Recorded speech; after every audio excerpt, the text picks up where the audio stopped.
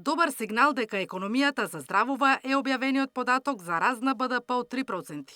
Според експертите, благото заживување кај бизнисот веќе се чувствува и е резултат на стабилизацијата која започна лани.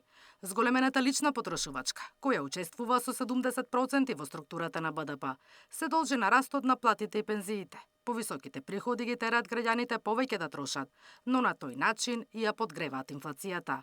Токму затоа препорачуваат владата да го затегне ременот. Апсолутно гледаме знаци на фискална консолидација, меѓутоа таа се уште е недоволна за да постигне една цел која што ќе значи да даде значајна поддршка на монетарната политика во делот на конечно стабилизирање на инфлацијата, да кажеме на некоја долгорочна цел од околу 2%. Така што во однос на фискалната политика е битно таа да биде и да ја зголеми својата прудентност, се разбира вклучително и во делот на платите и пензиите. Се бара начин како да се спречи растот на платите, кој притиска кај порастот на трошоците за живот, децидна министерката за финансии Кочовска. Владата ќе реагира соодветно, со преквалификација на работната сила, но и со промена на политиките во земјоделието, бидејќи високите субвенции не го зголемија домашното производство и се уште се увезува скапа храна. Едниот момент е колективните договори, оние поединечни колективни договори кои што ги имаат различни институции,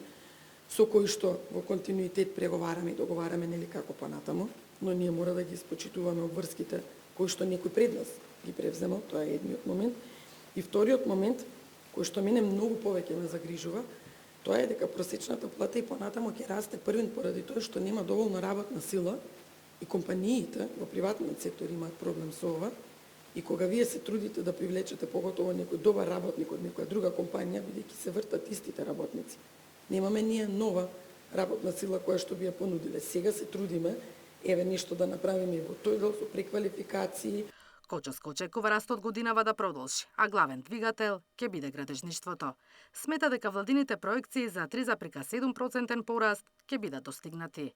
Наташа Мерсовска, Сител телевизија.